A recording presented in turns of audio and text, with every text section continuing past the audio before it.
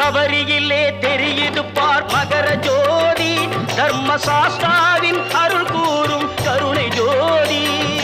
சபரியிலே தெரியுது பார் மகர ஜோதி, தர்மசாஸ்தாவின் அருள் கூறும் கருணை ஜோதி.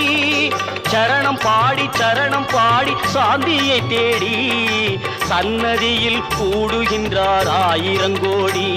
அவன் சன்னதியில் கூடுகின்றார் ஆயிரங்கோடி.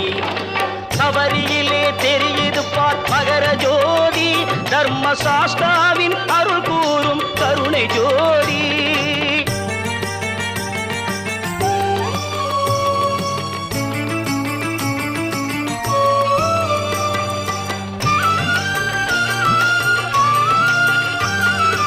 நோன்பிருந்து கார்த்திகையில் மாலை போடுவோம்,